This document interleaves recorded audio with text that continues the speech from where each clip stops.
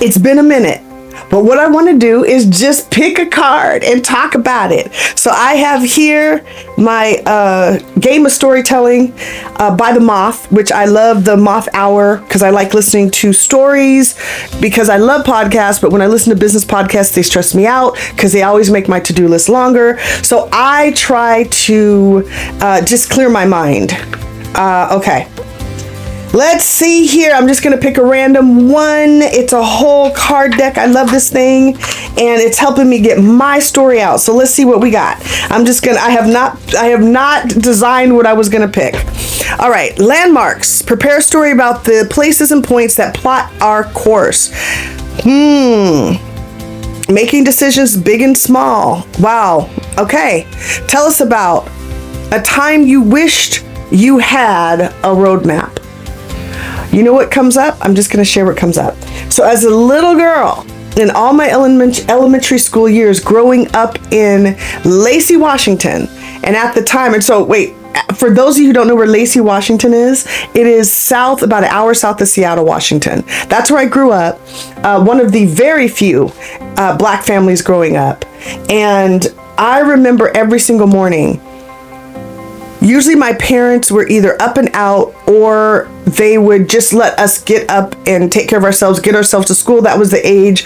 We were latchkey kids. You could come home, take care of yourself till your parents got home. Remember those days? It was a little bit more safe than it is now. We lived across the street from a neighborhood, but between us and that neighborhood was a very busy road. And there was a blind spot to the right of that road. And I would walk across my front yard and I would stand there every day and I would cross that road. I'm like, okay, gotta cross the road. If I could just zoom across the road, because if someone saw me coming down that hill, they wouldn't have been able to see me in time. So that was the first thing. But I remember getting to school and having to plot my course. I always made sure that I went to school with a friend. So I'd always stop by a friend's house to pick them up so we could walk to elementary school. That way was easy. I had a roadmap of what I was going to follow. So every morning, get across the road, pick up a friend, we walk up the hill to school. But the way home was a different story. When I did not have a roadmap, when I did not have a plan to get home, and I was by myself, because after my sister graduated to middle school, I had to get myself from elementary school home, except the days I took the bus to the Brownie and Girl Scouts troop meetings. I remember this. And it was just on me to get home, but there was a problem.